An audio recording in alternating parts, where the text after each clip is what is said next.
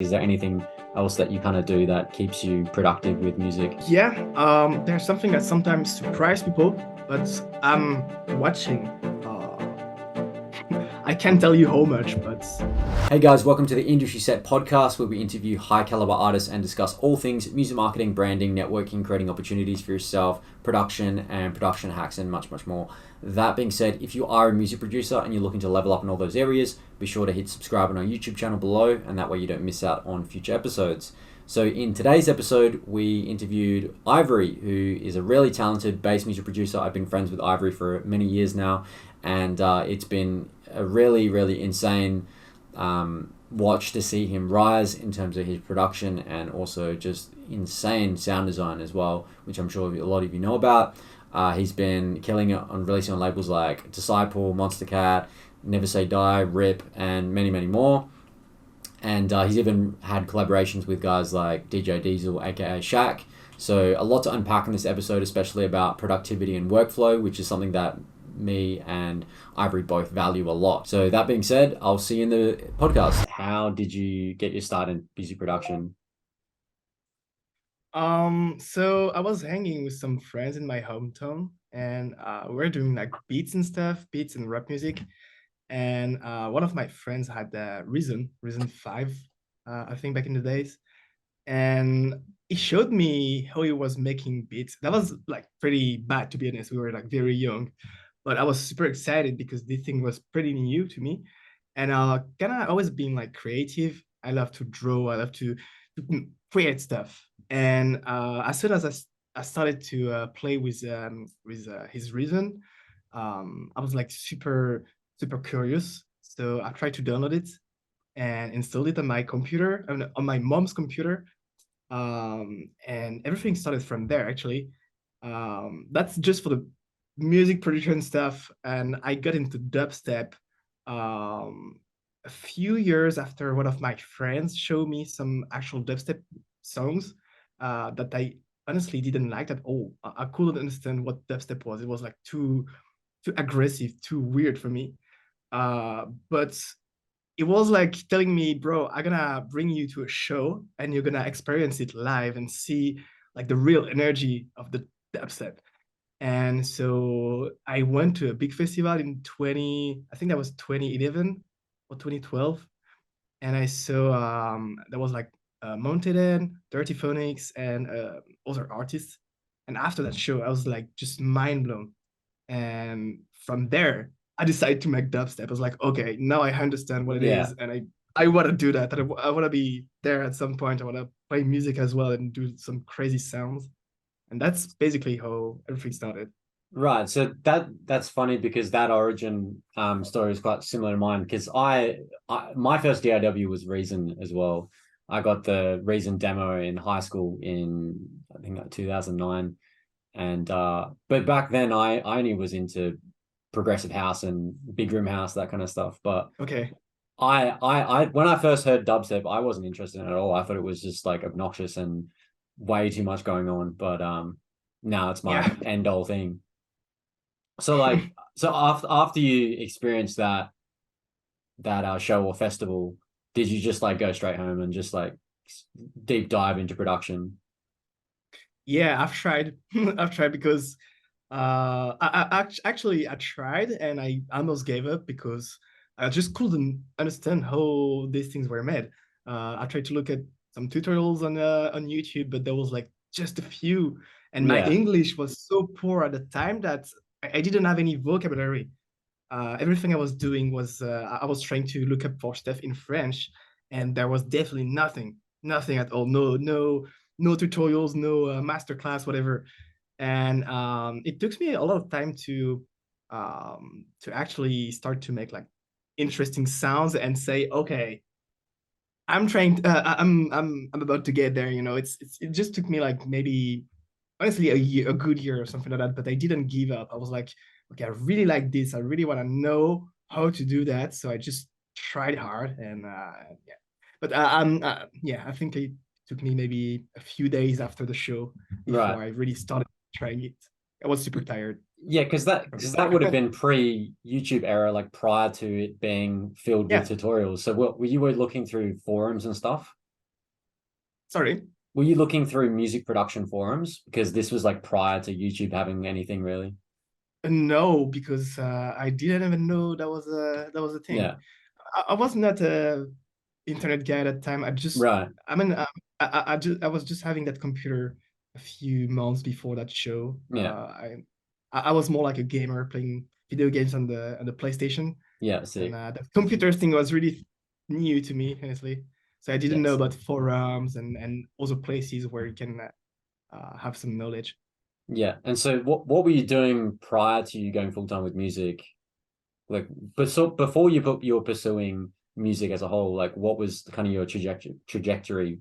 Like what were you wanting to do? Um, I went work wise or just passion wise. I guess both. I was in a woodworking school, so I planned to be a woodworker. I Right. was really enjoying that. And I was just honestly, I was just geeking video games. I didn't have any passion really. Yeah. I was really enjoying like drawings and stuff. I can't honestly. I think I were trying to aim for something creative, but I Right. didn't know. To be honest, I was just living life and see where I'll go. But yeah, I think music came in the right time. To be honest, I was like just yeah, I didn't know. I was just playing video games during the whole day and going to school doing some woodwork stuff and yeah, that's it. Right. So I guess when you discovered music production, it was like the first thing that made sense to you that you were super passionate Absolutely. about. Yeah. It just Yeah, clicked. yeah, Yeah. yeah, Yeah. exactly. I Yeah. was yeah, I was really obsessed with it. As soon as I learned about it, I was like, okay, this is my new life. This is my new passion. I just gave up everything for music, school, everything. I was like, focus on this only. It seems to be such a reoccurring thing for everybody that gets to your level of production, like as a career, they it's usually because they discover production and it's such a huge impact on their lives that they just go all in immediately. I mean, it was the same thing for me. Like I was like, nothing else Yeah, is interesting as this to me. Hey guys, if you're enjoying this week's podcast episode, then be sure to check the link below in our description. That's going to take you to a page where you can download some cool resources that's going to help you improve your productivity, your production, your workflow, your marketing, your branding, your social media, and you'll also be able to join our weekly free advisory group calls in the Industry Set group. So if you want to take advantage of those things, then click below and I'll see you soon. So after all of this, like when would you say was the big break kind of part? Because you've had like a fair few really big releases, like Next Level and 93 Style, and then like some other huge collabs. But kind of like going back then to like around like I guess the first time I heard of your music was like Next Level, like that released many years ago. But was it around there that things were kind of taking off? yeah, absolutely. That was definitely the actual starting point of Right. me knowing that I will do this for a living and just pursue this forever, hopefully. Yeah. But yeah, I made a bunch of track before, but I wasn't expecting anything. I'm still not expecting too much, but I was not super confident with my stuff. I was just, trying to have my job on the side, making music and see how things go. But as soon as I had a lot of attention because of those two tunes, I think the first one was 90 Freestyle, Right. which is funny because I remember posting a clip on SoundCloud before it even got released on Disciple. That time where you were posting clip with Oh a yeah, yeah. The one clip minute name loop after clip. the Yeah, yeah. yeah, yeah. And yeah, I posted this and that thing blew up. And Right. disciple hit me up and I was like, what the fuck? I remember I made one tune before called I think I Will Not Miss You. And that was AFK who messaged me, followed me, reposted the tune and all that stuff. Mm. And kind of started to trigger my attention. I was like, okay, there's some bigger artists that hear my music. This Yeah. is Was that the first big pretty name cool. artist? Yeah, Yeah, yeah, that was sick. the first one. I mean, the That's first one I can recall. yeah, that's interesting about how you got discovered through Disciple because of you posting like the 1 minute, 30 second, whatever clips that used to be such a big Yeah, thing. But I mean, I haven't I haven't spent as much time on like underground SoundCloud as I used to, but would you say that's still a thing that labels might discover people through that? Would you say things are too oversaturated now? Yeah, I think it's a bit too oversaturated now, but it's gonna flip to Twitter, I'd say. You know, posting clips on Twitter now, like Right. preview video of you filming your DAW and just posting the craziest clip you can on Twitter. This sometimes blow up, and I think that catch labels' attention. I don't think people spend, I mean, labels. I don't think labels spend that much time on SoundCloud nowadays, Yeah. but more on that. Like Twitter and Instagram instead. Yeah, Maybe definitely. I'm wrong, but I think that's what works best. No, I think you're definitely right about that. I think that's where, I mean, it's also TikTok as well. It seems to be Instagram, Yeah, TikTok, and Twitter.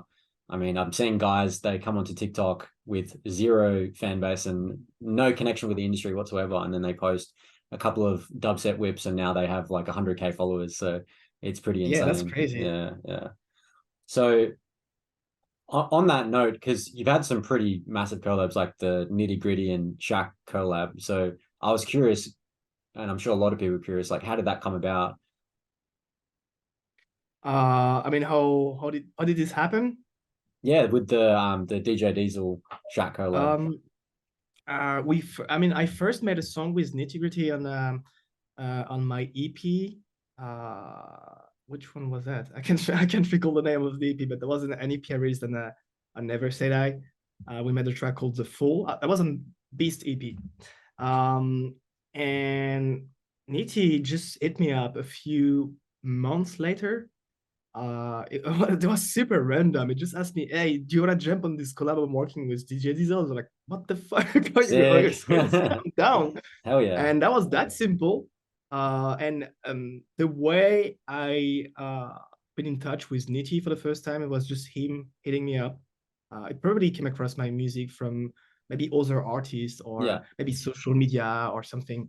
But we just chat for a bit and agree to work on a collab together. Sometimes things just, comes like that. Like Yeah. you don't expect anything, it just happen.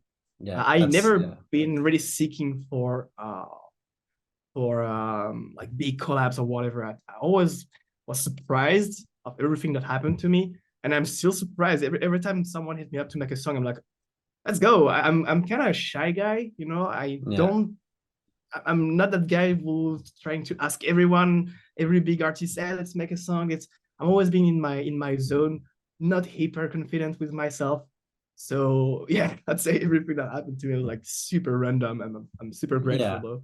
I feel like having that mentality where you're having no expectations when you do get those opportunities, the dopamine hit is just insane because you just the last thing you're Yeah, expecting is to get something like that. I yeah. mean, a collaboration with somebody of that like who's that like fame, like that much fame is just must have been an insane feeling to get. Bro, I remember when Needy sent me the stems for the collab with him and DJ Diesel. I wrote my part of the drop in one day. I was just so Yeah, excited. yeah, I was like, okay, I give it all. Honestly, that was like super fast. I was just so happy what was happening to me. yeah. That's crazy. So going back to I guess a bit of your past, like when you were first getting into production, like what was the main hurdle you had when you were learning production? So what? Sorry, my bad. So going back to when you first started producing, what was the main hurdle that you had when you were starting out? Like what was the most difficult thing you found? Was it mixing and mastering, sound design, or Yeah, I think mixing and honestly, it's gonna be a bit bit of of everything? everything, Yeah, yeah, obviously. Um, okay, the hardest first was sound design. I had no clue what I was doing, literally. I was just trying FX and trying stuff. And I only recently I think I got better at sound design only a few years ago, maybe 4 5 years ago, and I'm making dubstep for almost 10 years now. mm, Before that, I was still doing random stuff. It worked, cool, but I didn't know what I was doing. And I think I started to make better sound design stuff as soon as I've learned about mixing and mastering. Because the way I work is kind of weird, but things are have to be sounding good. If it doesn't sound good, like with the mix down and yeah, just overall, if the track doesn't sound good, sounds like professional, I'd be stuck. And I can't like have ideas for sound design. I can't make a good sounding bass if the whole thing around it is bad. So I realized that it was a bit of both. I had to learn a bit of mixing stuff and a bit of sound design stuff to complement each other and just progress and get better at it. But yeah, I think sound design was my first struggle. Mixdown is still something I'm struggling with.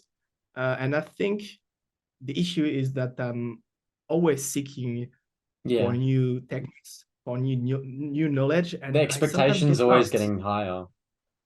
Yeah, exactly.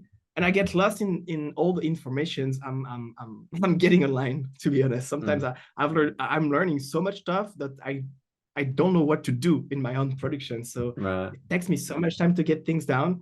But I'm slowly getting there. I'm getting more confident now with both sound design and mix down mastering. But Definitely. yeah, it Would was you say not there's easy at the like, first. I mean, if you were to reapproach sound design from the beginning, what would you have done differently to like learn faster? Mm, maybe stop overthinking stuff and using distortion. That's Oh yeah, my use distortion. advice. Yeah, Don't be afraid of distorting stuff. I've been afraid of this for years. I don't know why. yeah, And for me, distortion was just destroying something. yeah, I yeah. was seeing distortion as a devil tool. Mm, I just it was like just something I couldn't use because every time I've tried, I was like just making things super blown out and not good sounding. And as soon as I stopped being afraid of that, and as soon as I broke rules, basically, as soon as I was like not afraid to really do stuff without expectation and just being creative with my tools, I literally leveled up with my sound design. I was like, oh mm. my god, I missed so much years of my life being scared of one single plugin. So yeah, distortion. Yeah, like one of your more recent EPs like a few years ago, I noticed there was like a huge jump in your sound design. It was just like exponentially better. Yeah. So on that topic as well, so like what's your usual workflow approach like when you start a track? Nowadays I like to start stuff with sound design. I like to get some basses down. Sometimes not basses, and maybe like synthesizing instruments and stuff like that. But I like to be in that very creative mindset. I'm not a very structured guy. I just like to have fun, and most of my recent projects came from just sound design session. I've been working on sample packs for 2 years now, so every time I was like, making some samples for my sample pack, it ended up being a track because Ah, I was making that bass with that processing chain, and I just duplicated the patch, run it through that same processing chain, and ended up with like 5, 6 basses. And I was like, okay, this could be a drop. So why not just making a track out of it? And that's how my tracks are made most of the time. I think that's a I really don't like good, to have yeah, a plan. Sometimes I have an idea and I'm trying to do it, but I realize that most of the time when I do that, I get stuck at some point. Like if I have a melody in my mind, just if I have an idea in my head and I'm trying to follow that idea, I just get stuck at some point because I'm trying to make everything perfect and I lose that creative momentum. right. It's just yeah, that's how I work. Yeah, so I mean, do you have days that you specifically just do like sound design, like resampling and stuff, or just like Every making day. more samples every day? Okay, Yeah, every day, literally. sick. So is that like so tell me about that. Do you spend like let's say a couple of hours and like as soon as you start producing, you like doing sound design for a couple of hours and then you then start whatever you get out of that, you then start making a track out of, or do you just keep going until something comes along? Sometimes, let's say my day, let's say today, I want to make like 100 samples. Maybe I will do 3 samples and make a track because I feel like it's time to make a track. I Right. feel like I'm super motivated right now. I feel like there's something that can happen if I keep working on a song and not just sample. And sometimes Mm. I'm like, okay, it will be a waste of an opportunity if I were just making basses and not working on a song Ah, when I okay. feel inspired to make Right. one. It's kind of I'm always trying to have something that's triggers my inspiration. I can make basses easily, I can make weird sounds easily, but I can decide when I can write a track, you Right. know. So I'm Right. always seeking for that thing that will just trigger my creativity. I love to hang on Discord as well. I've got a bunch of servers with friends where we'll just sharing music production tips, and we're just like sharing our screens, showing each other new techniques, new samples, and sometimes just watching a friend making a song or making a bass will give me an idea for sound design, and everything will start from there. Yeah. Uh, I'm trying not to overthink stuff, uh, because I realize that this is again what most of the time blocks me, and I just do nothing after that. I really like that approach that you have to starting production on your days. So let me just get this right. So if you're not feeling like, you always start with like let's say a sound design session where you're like making either samples or like new patches or whatever, but or resampling. But if you don't feel in a creative kind of mood, then you'll just keep making more of like a sample pack to like save for later. And if you do feel Yeah, motivated, then you'll write a track out of that. yeah, Yeah. I'm trying to optimize my time with Yeah, that's this. Like, great. I don't want to spend. I kind of know the way I work nowadays, and I know that sometimes if I spend too much time on one single thing, it will go nowhere. I will just put it in the trash, or not in the trash, but leave it in a folder and Yeah. never open it again. So I'm trying to optimize my time, and I just want to have fun. That's the thing, you Mm. know. Making samples is fun, making a song is fun, but I need to be in that mindset, and Yeah. I'm just trying to find a moment where I'm in that mindset. Yeah, that's some really, really solid advice. I really love that, and especially the fact that, like you were saying before, and then, if you do end up or don't end up using that sample pack, you can just sell it later as well as like your own Yeah, pack. Yeah, yeah, it's still gonna be useful at some point. So yeah, yeah, definitely. yeah, And if yeah. I'm not That's setting it super up, I good. can just use those samples in another song. Sometimes I started a song, but I don't have an idea for sound design, so I can just go back to these packs and just throw some basses here and there, and maybe this will inspire me to make more. It's just a sort of circle of Yeah, yeah. No, inspiration. that's great. I'm I kind of love that. obsessed with Yeah, making stuff, so yeah. yeah. No, I love that workflow because it's like everything you're doing is somehow correlated. It all works together in Yeah, like a exactly. cycle. Yeah, that's awesome. Cool, cool. And so I think that's, yeah, really some of the best workflow advice I've heard yet. And so do you have any other like productivity hacks that you live by, in terms of like very, very similar to what we just talked about? Like, is there anything else that you kind of do that keeps you productive with music? Yeah, there's something that sometimes surprise people, but I'm watching. I can't tell you how much, but hours and hours of YouTube videos. And it can be from well-known YouTube pages about music production, and also sometimes a random guy who had like 2 followers on YouTube. And I'm like Yeah. digging all this video, trying to find something that I found interesting. I've got a lot of playlists, private playlists that I'm feeding every day with content that sometimes is not even that good, but this is something that I found a little bit interesting, and I'm always seeking for, again, that source of inspiration. If it's not from my friends, it's maybe from someone I don't know on the internet. I'm always seeking for new techniques. I'm always like typing how to make this kind of bass, how to make this kind of stuff. Stuff that you do when you get started. You're trying to look up for a specific artist sound. So you're trying to type his name and how to make bass from artists like that. And I'm still doing that because I'm seeking for again motivation and something new that will just sparkle my inspiration. So when I'm not like sound designing or making a song, you'll see me chilling on YouTube and trying to watch video masterclass. Twitch as well. I follow a lot of people on Twitch. I find it super cool to um, watch other producer make music. It's just a good source of knowledge, but also a great source of inspiration because you see a different way of doing stuff. Um, I don't take anything for granted, to be honest, and I feel like that I will always be learning stuff, and I I hope I will always be learning stuff because this is something I love. But yeah, this is what I'm doing most of the time, just watching content, Yeah. trying to stay like productive. And if I'm not productive, I feel like, okay, I'm not productive today, but why?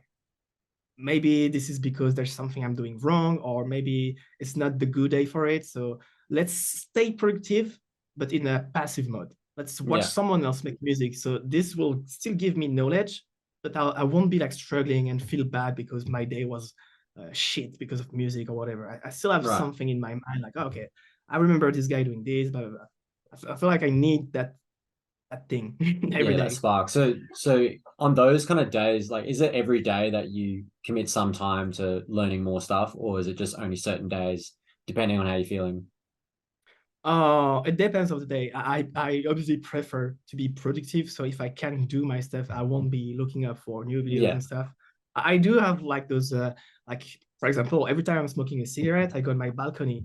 I can't smoke a cigarette now without my YouTube on my phone, Oh, okay. trying Yeah. to scroll through my feed and trying to find new videos. Yeah, yeah. It became a routine. That's awesome. My friends can tell you that everyone on Discord I'm chilling with know that I'm always like smoking and just scrolling through YouTube and like, okay, I'll be right back. And actually, I'm just looking for new for new videos on YouTube, and That's I need that interesting. stuff. Yeah, that's interesting because you've associated that habit into like actually smoking and looking at tutorials at the same time. That's killer. Yeah, I wanna have my smoking moment be Yeah, productive as well. yeah, that's awesome. I'm So kind of what? obsessed with this. It's not a good thing though. I'm spending a lot of time on this, and I mean, I feel like you I should be probably go obsessed. outside Yeah, for a walk or something. But yeah. you know, I feel like you have to be obsessed though, like in this kind of realm of things, like music production. yeah, yeah, definitely. So what advice would you give to somebody who's like completely brand new to music production on starting out? Um, well, there's many advices, but it's gonna be maybe cliche, but don't be afraid to try stuff. Don't be afraid of what other people think. That's, I think, a very important thing. No matter what you hear, especially like on Twitter, every day I see it can be like trolling or not. Sometimes people are serious. Sometimes people are just like trolling other people. Yeah, But I feel like Twitter is sometimes a very toxic place for beginners because you can often see people saying, this shit is bad, don't do it like that, if you use this, you're this kind of producer, blah blah blah. And just don't listen to that. Read it if you want, but don't take it for you. Just do your stuff, have fun. Like, have fun, that's the first thing you should do, like having fun when making music. And don't pay attention to what other people say. There's, I don't know how many billions of people on this planet, so don't be don't be afraid of one single person say on the internet about your music. Or everyone got different tastes, everyone got different like music production skills and tips and whatever. And also I think something very important that changed my mood when making music is just try to be surrounded by people that share the same passion as you and also the same motivation as you.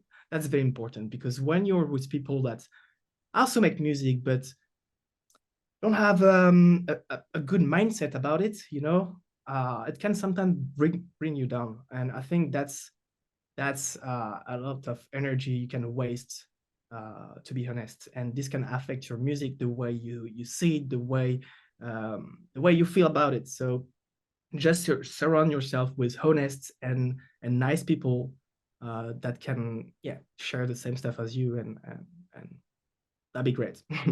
That'd be good times definitely. every time. I definitely agree with that. Surrounding yourself with other people with the same kind of energy and whatnot. Would you say that's the most important thing you've learned from your career so far, or do you say there's other things as well? um yeah, I mean that's part of the most important thing.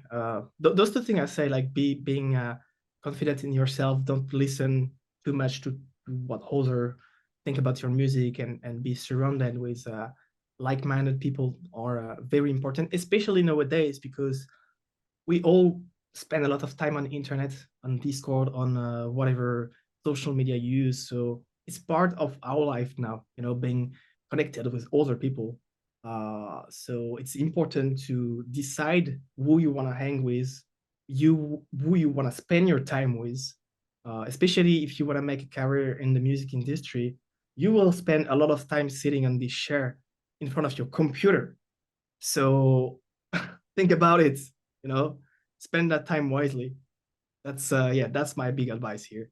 I think that's really solid advice because that's something that took me many years to realize that. I mean, not even just in like who you surround yourself in, like music and whatnot, but also just in life as well. Because Absolutely. I used to hang around people who were just like not doing anything with themselves, like just like living real basic, part-time jobs at the supermarket and whatnot, and had nothing, no plans for their future or whatnot, no passions. And so, I mean, Yeah. and that point, like, I mean, it's great and everything, but they had no passion whatsoever. So, it didn't align with what I was doing. So I had to kind of move away from them, unfortunately. But you got to do you. Yeah, I mean, if those people are not, affecting your life too much, it's okay. If you can definitely hang with your friends, no matter what they are trying to do in their life, if they're like stuck with their day job, whatever, it's totally okay. But if you feel like this is slowing you down, if you Yeah, feel like you think about it too much when you're at home and making music and thinking about the people you hang with during the day, maybe there's something wrong, and maybe you should just consider either being by yourself instead, or it depends of many things, obviously. definitely. No, definitely. But yeah. So to close out the podcast, what would you say are the top 5 plugins you're currently using? Um, top five, it's not enough, but Yeah. I think there's a lot of the Melda production plugins. These are my go-to lately. There's literally they have a bundle, they even have a free bundle in which you literally can do everything. These plugins are amazing, but my go-to plugins, if I had to pick five of them, will be a saturator, no matter what company, just Melda or Ableton or whatever, FL Studio. Um, Vocodex. Vocodex is native vocoder from FL Studio, which is awesome. Um, I love Disperser as well from the Kilohertz company. Um, there's also Serum. Obviously, I'm a very Serum guy. I use Serum in everything. And what else? A funny one. Let me think. Hmm. Frequency shifting. Frequency shifting is really dope. No matter, again, you can have like a native frequency shifter in Ableton, now as well in FL. But Because you're an FL, so like when you say frequency shifter, is there like a specific brand that you use or is that the stock one in FL? I'm not a big fan of the stock one in FL, to be honest. But I use the one from Kilohertz a Oh lot. yeah. Also, the one from Melda, which is free, I think, is really great. And actually, all the for those who will listen to this podcast, grab the free Melda plugins because they have just a ton of stuff and it's amazing. There's a lot of features in each of those plugins that you don't have in other, especially from native like Ableton or FL. Yeah, just grab the Melda plugins. That's my Yeah, pick. I think their stuff is super underrated. Like there's so much good stuff there that nobody even thinks about like going through. I Um think the UI is not really it's maybe it's not sometimes aesthetic. Yeah, it's a intimidating, bit especially when you yeah, start. yeah. It looks kind of old, but Yeah, you know, it's like a good old car, I mean, definitely, it definitely. doesn't mean shit. It does the good job, yeah. Yeah, Awesome, man. exactly. Well, this was a really good podcast, especially some of the stuff you said about your workflow tactics and whatnot. I think a lot of people are going to be having a few eureka moments from that. So thanks so much for coming through and chatting. Thanks for having me, man.